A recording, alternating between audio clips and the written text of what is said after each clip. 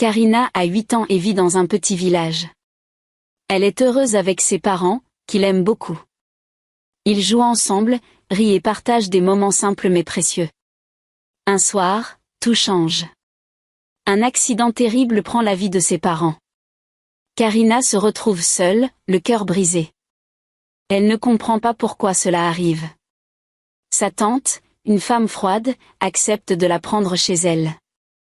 Mais Karina ne trouve pas d'amour là-bas. Sa tante la regarde comme un problème, pas comme une nièce. Les jours passent, et Karina se sent de plus en plus seule. Elle dort dans une petite chambre vide et pleure souvent en pensant à ses parents. Elle garde leurs souvenirs dans son cœur, espérant des jours meilleurs.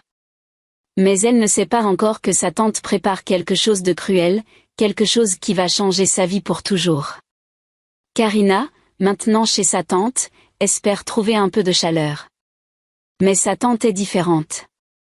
C'est une femme dure, qui pense surtout à l'argent. Elle vit dans une maison sombre et ne parle presque pas à Karina. La petite fille fait de son mieux pour aider, nettoyant la maison ou préparant des repas simples. Pourtant, rien ne satisfait sa tante. Un jour, Karina entend des chuchotements. Sa tante parle à un homme étrange à la porte. Ils discutent d'argent et de « la fille ». Karina ne comprend pas tout, mais elle a peur. Elle se cache dans sa chambre, serrant un vieux jouet de ses parents. Quelques jours plus tard, sa tante lui dit de se préparer. « Tu vas vivre en ville, dans une belle maison », explique-t-elle avec un sourire forcé. Karina est confuse mais excitée. Elle imagine une nouvelle famille, peut-être gentille. Elle met ses quelques affaires dans un sac et suit sa tante.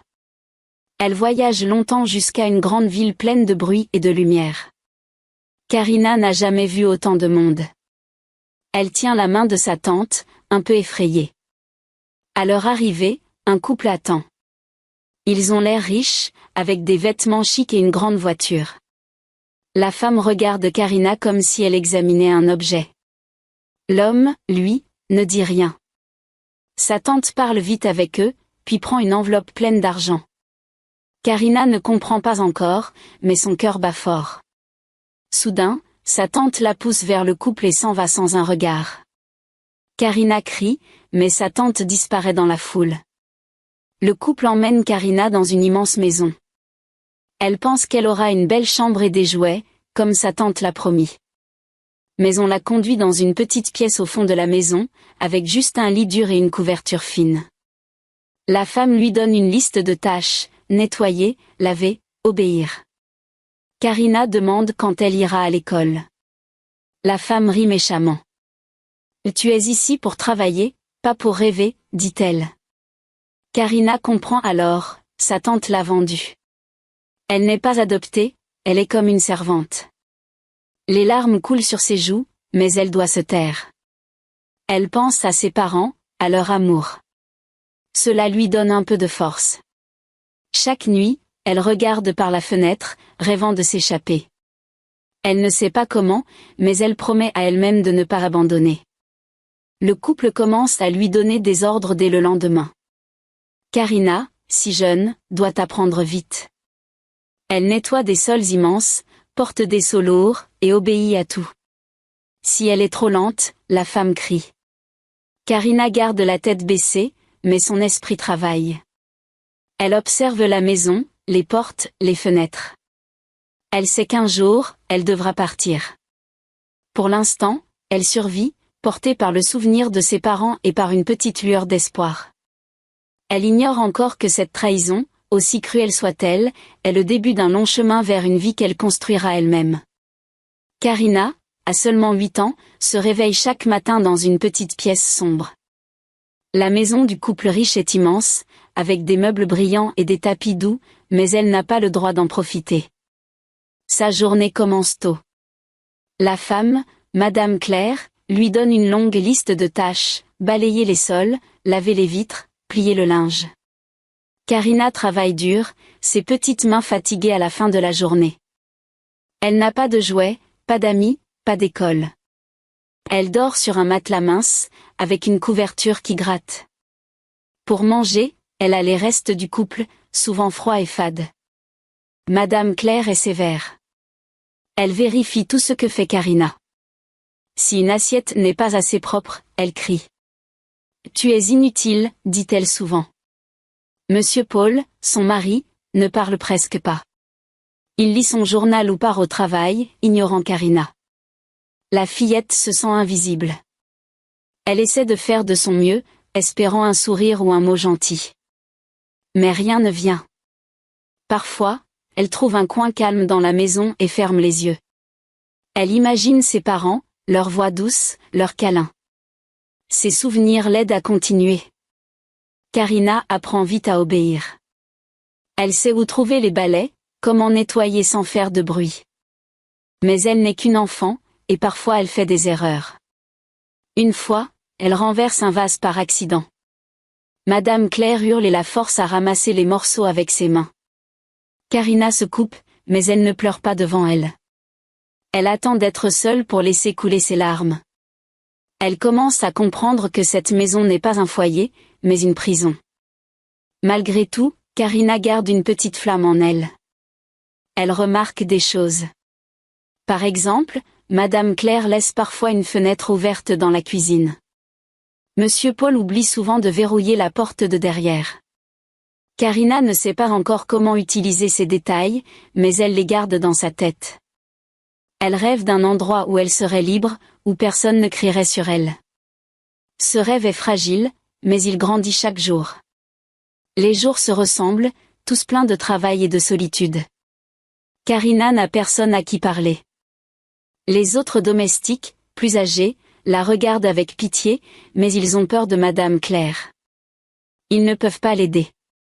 Karina apprend à se débrouiller seule.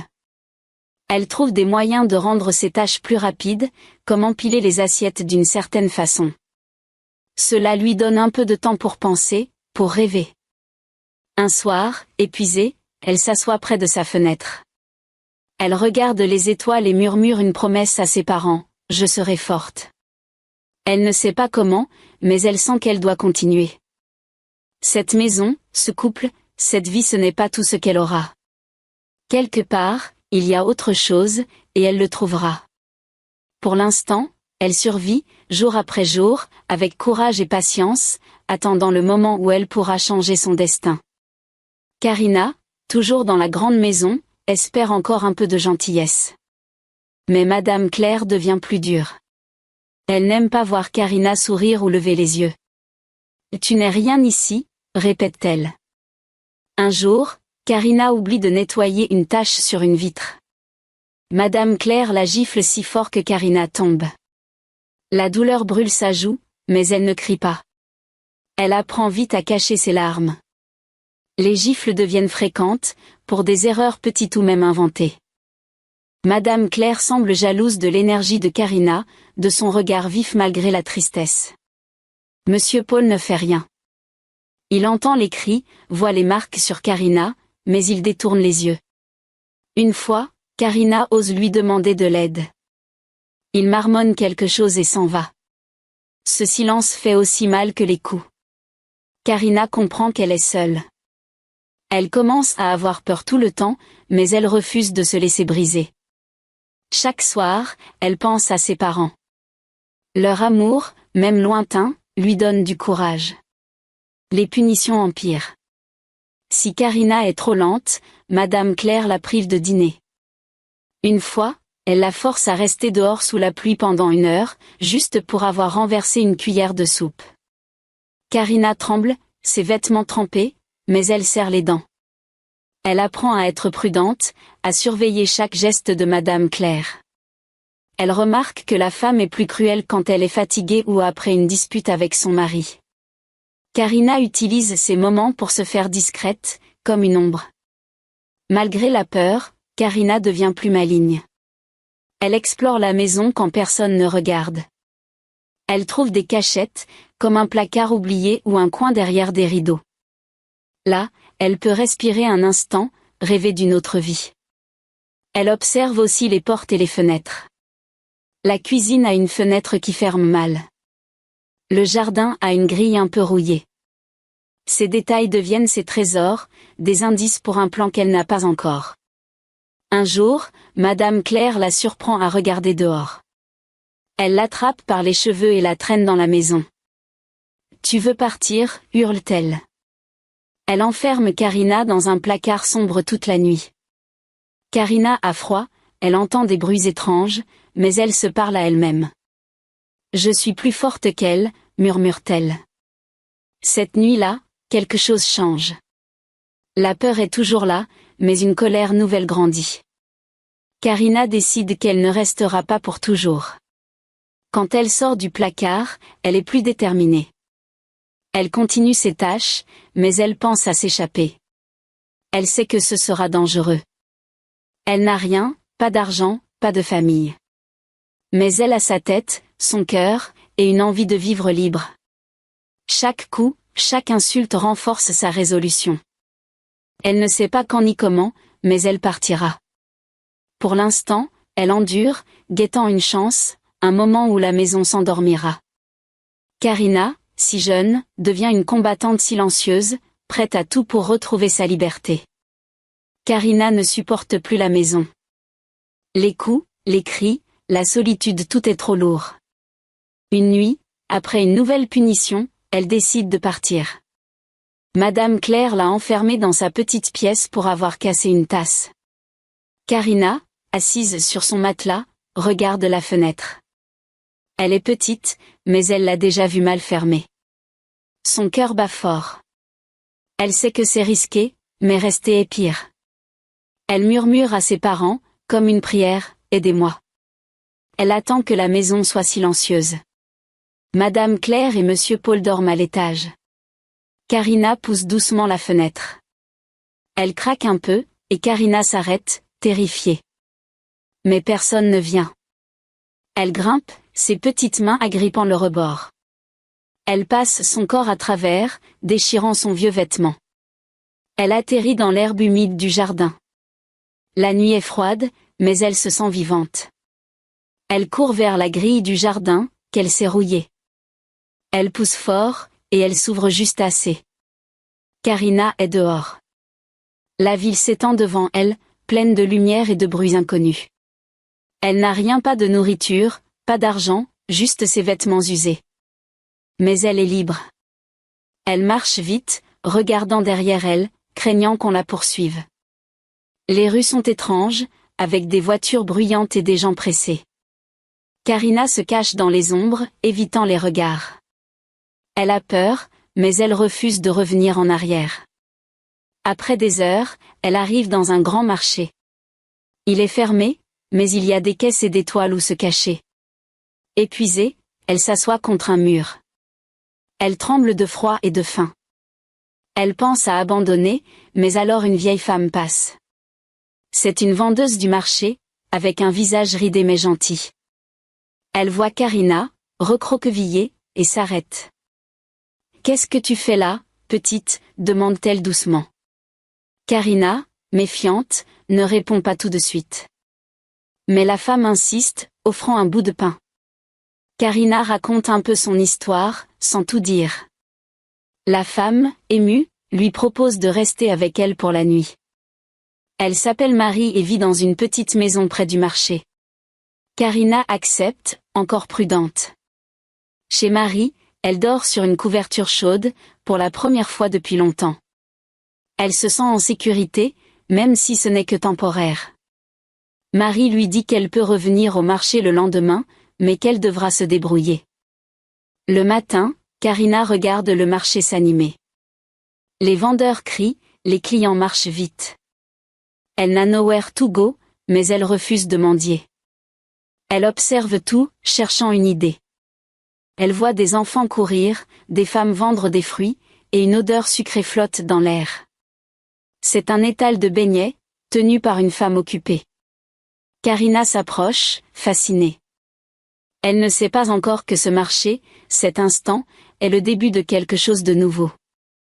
Pour la première fois depuis longtemps, elle sent un peu d'espoir, comme une lumière dans la nuit. Karina, maintenant libre, découvre la vie dans les rues de la ville. Le marché est son refuge. Chaque matin, elle se réveille chez Marie, la vieille vendeuse qui l'a aidée. Marie est gentille, mais elle n'a pas beaucoup d'argent. Karina sait qu'elle doit trouver un moyen de survivre seule. Elle observe les gens du marché, des hommes qui portent des caisses, des femmes qui vendent des légumes, et surtout une femme qui fait des beignets. Son étal sent bon, et les clients font la queue. Karina, fascinée, passe des heures à la regarder. Un jour, elle trouve le courage de parler à cette femme, qui s'appelle Aïssa. « Je veux apprendre », dit Karina, timidement. Aïssa, surprise, la regarde. Elle voit les yeux brillants de la fillette et accepte de lui montrer. Aïssa lui apprend à mélanger la farine, l'eau et le sucre pour faire une pâte simple. Karina écoute attentivement, ses petites mains essayant de copier. Elle brûle ses premiers beignets, mais Aïssa ne se fâche pas, ça viendra, dit-elle avec un sourire. Karina commence à aider Aïssa tôt le matin. En échange, elle gagne quelques pièces et des beignets invendus. Avec cet argent, elle achète un vieux panier. Elle décide de vendre ses propres beignets dans une autre partie du marché. Elle se lève avant le soleil, prépare sa pâte chez Marie, et fait frire ses beignets sur un petit réchaud qu'Aïssa lui prête. Les premiers jours, presque personne n'achète. Karina a peur d'échouer, mais elle continue. Elle sourit aux passants, même quand ils l'ignorent. Petit à petit, des clients s'arrêtent. Une femme goûte un beignet et dit « C'est bon pour une si petite ». D'autres suivent. Karina apprend à parler fort, comme les autres vendeurs. « Le beignet chaud, venez goûter », crie-t-elle. Elle gagne un peu plus chaque jour. Elle garde ses pièces dans une boîte cachée sous sa couverture. La nuit, elle compte son argent, rêvant d'acheter plus de farine, peut-être un meilleur réchaud. La vie dans la rue n'est pas facile. Il y a des jours de pluie où personne ne vient. Parfois, des enfants plus grands volent ses beignets. Karina apprend à être rapide et prudente. Elle cache son panier quand elle sent le danger. Mais il y a aussi des moments de joie. Un vieux client lui donne un foulard coloré pour sa bonne humeur. Une autre femme lui offre des fruits quand elle n'a rien mangé. Ces gestes, même petits, réchauffent son cœur. Karina pense souvent à ses parents. Elle imagine qu'ils la regardent, fiers d'elle. Elle n'a plus de maison, mais elle a un but. Chaque beignet vendu est une victoire. Elle parle à Marie le soir, partageant ses idées. Un jour, j'aurai mon propre étal, dit-elle. Marie sourit et répond, je te crois, petite. Karina ne sait pas encore jusqu'où elle ira, mais elle sent qu'elle construit quelque chose, pas à pas, avec ses mains et son courage. Karina, maintenant habituée au marché, devient meilleure chaque jour. Ses beignets sont plus dorés, plus légers. Les clients reviennent, et certains demandent son nom. Karina, crie-t-elle avec fierté. Elle gagne assez pour acheter plus de farine et même un peu d'huile de meilleure qualité. Elle dort toujours chez Marie, mais elle aide avec des courses pour la remercier. Karina sent qu'elle n'est plus juste une enfant perdue. Elle a un rôle, une place dans ce marché bruyant. Un matin, un homme s'arrête à son panier. Il est vieux, avec des cheveux gris et des lunettes rondes. Il goûte un beignet et hoche la tête. « Pas mal, dit-il. » Karina sourit, habituée aux compliments. Mais l'homme reste. Il lui demande qui lui a appris. Elle parle d'Aïssa, de ses efforts. L'homme écoute, puis se présente, il s'appelle Monsieur Léo, un ancien boulanger. Il remarque que Karina a du talent, mais il voit aussi des erreurs. « Tu veux un conseil ?» demande-t-il. Karina, curieuse, accepte. Monsieur Léo revient plusieurs jours. Il lui montre comment pétrir la pâte plus longtemps pour qu'elle soit plus aérée. Il parle de levure, de chaleur, de petits détails qui changent tout. Karina écoute comme si c'était un trésor. Elle essaie ses idées le lendemain, et ses beignets sont encore meilleurs. Les clients le remarquent. Une femme dit, on dirait ceux d'une vraie boulangerie. Karina rougit de joie. Elle remercie Monsieur Léo, qui refuse son argent. Continue comme ça, dit-il seulement. Cette rencontre change tout. Karina commence à rêver plus grand. Elle ne veut plus juste vendre dans la rue. Elle imagine un étal fixe, avec une pancarte à son nom. Elle économise encore plus, mettant chaque pièce de côté. Elle dessine ses rêves sur des bouts de papier, cachés sous son matelas. Un soir, elle montre ses dessins à Marie. « Regarde, c'est ma boutique, dit-elle. » Marie rit doucement et l'encourage. « Tu es une battante, Karina. » Les jours passent, et Karina travaille dur. Elle se lève plus tôt, fait plus de beignets, marche plus loin pour attirer des clients. Elle apprend à parler avec assurance, à convaincre. Même quand elle est fatiguée, elle garde son sourire. Les gens du marché commencent à la connaître. La petite au beignet, disent-ils. Certains commerçants lui donnent des restes de fruits ou de sucre, touchés par son courage. Karina accepte avec gratitude, mais elle veut réussir seule. Un jour, elle achète un nouveau panier, plus grand, avec une toile colorée. Elle le décore avec soin, comme un petit étal. Les clients adorent, et son coin du marché devient plus animé. Karina sent une chaleur dans sa poitrine. Pour la première fois, elle croit vraiment en elle. Elle n'oublie pas son passé, les coups, la trahison. Mais ses douleurs deviennent une force. Elle se promet de ne jamais abandonner. Monsieur Léo passe parfois, hochant la tête avec fierté. Karina sait qu'elle est sur le bon chemin, un chemin qu'elle trace elle-même, beignet après beignet. Karina, maintenant une adolescente, a grandi dans le marché. Ses beignets sont célèbres, et son panier coloré attire toujours plus de monde. Elle a économisé assez d'argent pour rêver plus grand. Un jour, elle apprend qu'un petit espace fixe est libre au marché. C'est une table en bois sous un toit, bien mieux que son panier. Le loyer est cher pour elle, mais Karina calcule. Elle travaille plus, vend plus, dort moins. Après des semaines d'efforts, elle réunit la somme. Elle signe pour l'étal, les mains tremblantes. C'est sa première grande victoire. Le premier jour à son étal, Karina est nerveuse. Elle a peint une pancarte, « Beignet de Karina ». Les clients arrivent vite, contents de l'avoir installée. Elle propose de nouvelles recettes, avec du miel ou des épices, qu'elle a testées chez Marie. Les gens adorent. Une vieille cliente dit « Tu vas loin, petite ». Karina sourit, mais elle travaille sans arrêt, pétrissant, faisant frire, servant. Elle remarque une fille au marché, plus jeune, qui mendie. Elle s'appelle Lila et lui rappelle elle-même il y a quelques années. Karina lui parle doucement, lui offre un beignet. Lila, timide, raconte qu'elle est seule. Karina décide de l'aider. Elle lui apprend à faire des beignets et lui donne un petit salaire pour tenir l'étal avec elle. Lila sourit pour la première fois depuis longtemps. Karina sent une joie nouvelle, aider quelqu'un, c'est aussi une victoire. Son étal prospère.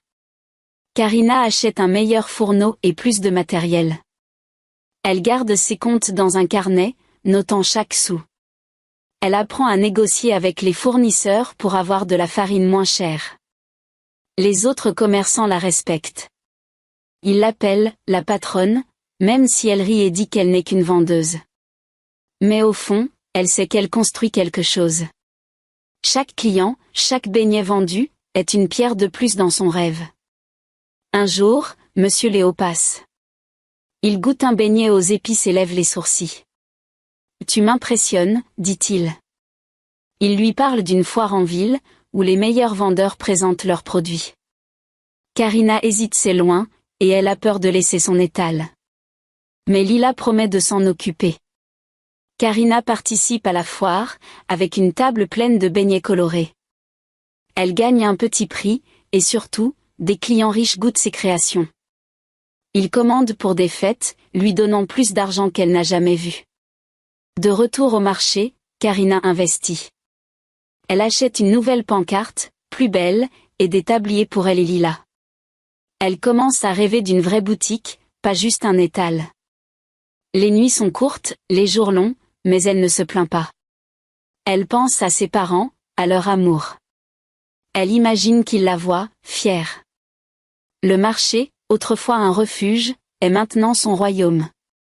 Karina, avec son courage et son travail, a transformé sa vie. Elle n'est plus la petite fille vendue. Elle est une jeune femme qui gagne, qui aide, et qui regarde l'avenir avec espoir. Karina, maintenant dans la vingtaine, ne s'arrête pas à son étal. Son succès au marché lui donne des ailes. Avec ses économies, elle loue un petit local en ville pour ouvrir une vraie boulangerie. C'est un pas énorme. Le local est vieux, avec des murs abîmés, mais Karina voit son potentiel. Elle nettoie, peint, et installe des fours. Lila, devenue son amie fidèle, l'aide.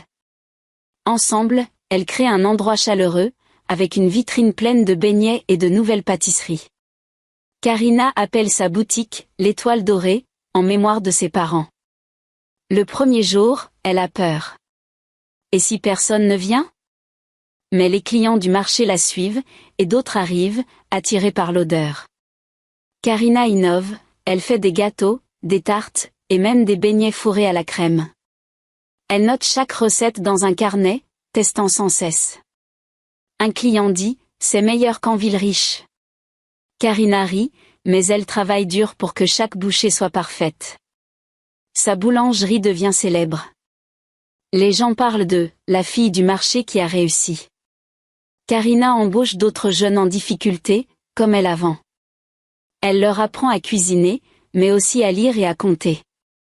Elle veut leur donner une chance, comme elle en a eu. Lila devient sa seconde, gérant la boutique quand Karina cherche de nouveaux fournisseurs. Elle négocie mieux, apprend à gérer les stocks. Elle n'a jamais été à l'école, mais elle apprend vite, avec ses carnets et son instinct. Un jour, un homme d'affaires passe. Il goûte un gâteau et propose à Karina d'ouvrir une autre boutique dans un quartier plus riche. Elle hésite. C'est beaucoup d'argent à investir, et elle a peur de perdre ce qu'elle a construit. Mais elle se souvient de ses débuts, de sa fuite, de son courage. Elle accepte. La deuxième boulangerie, plus grande, attire des clients aisés.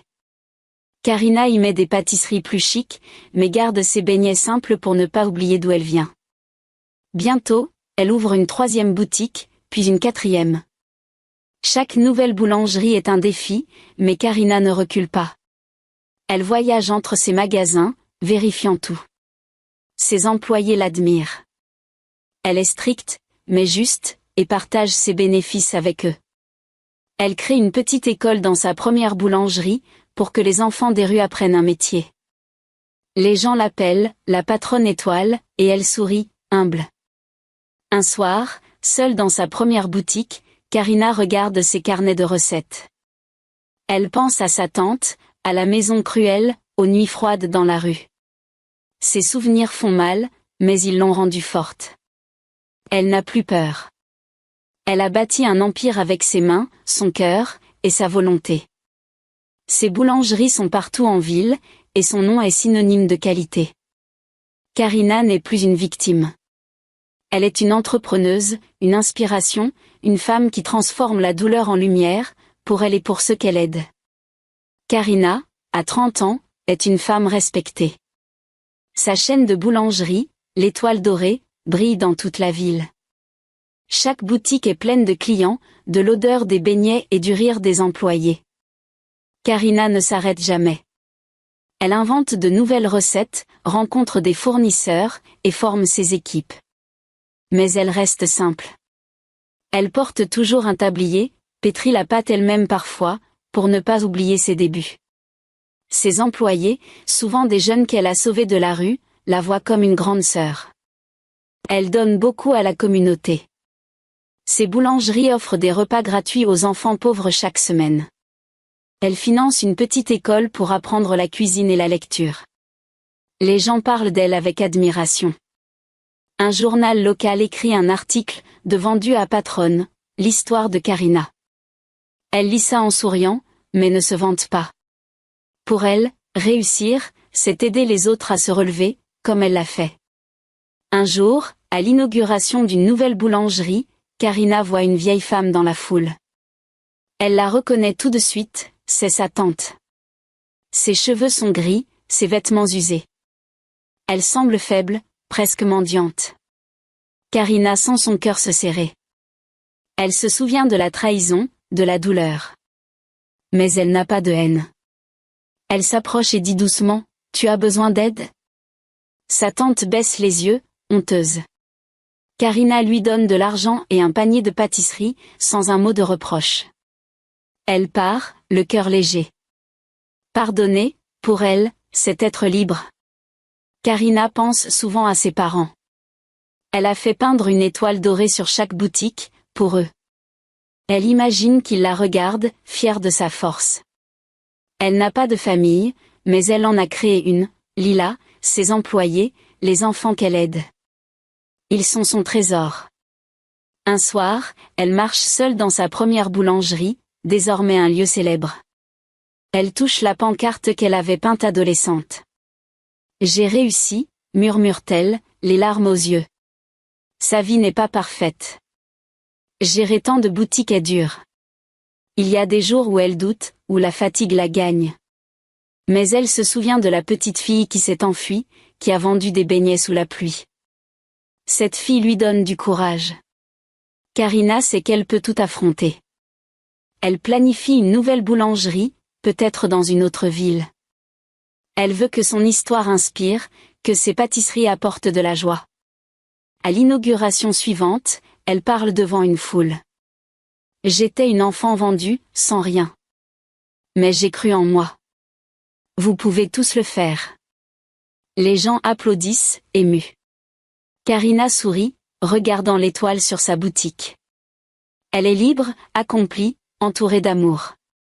Sa vie, construite sur la douleur et le courage, est une lumière pour les autres. Elle honore ses parents, non pas avec des larmes, mais avec une chaîne de boulangerie qui raconte une vérité, même dans l'obscurité, on peut trouver une étoile. Abonnez-vous pour ne pas rater nos prochaines histoires.